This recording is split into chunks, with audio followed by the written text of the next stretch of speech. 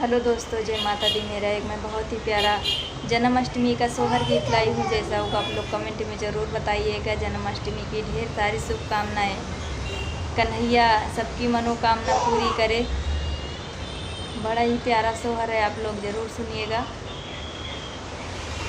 भादों की रतिया भयावन घटा घन घेरेली हो, ललना चम चम चमके बिजुरिया डगर नाही सूझे, डगर नाही सूझे लहो। ललना चम चम चमके बिजुरिया डगर नाही सूझे लहो।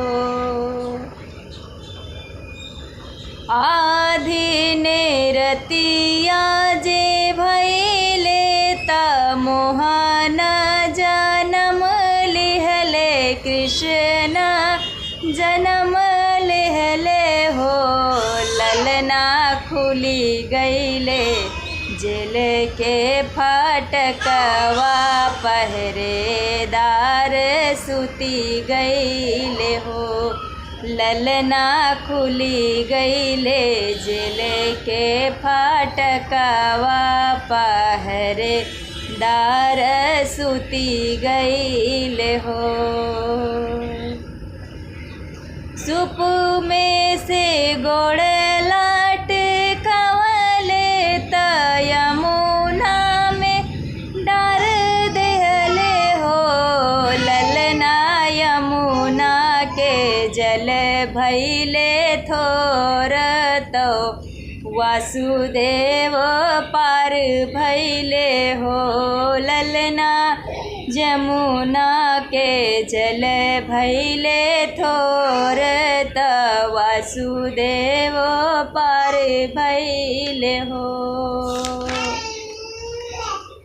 पहुँचेला गोकुल नागरिया त नंद के भवन पहुँचे हो। ललना यशोदा के गोदिया सुतावे तो धिया के मथुरा गईले हो। ललना यशोदा के गोदिया सुतावे तो धिया लई मथुरा गईले हो।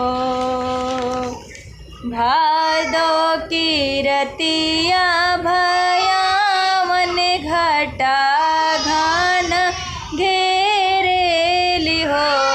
ललना चम चम चमके बिजुरिया डगर नाही सूझे, डगर नाही सूझे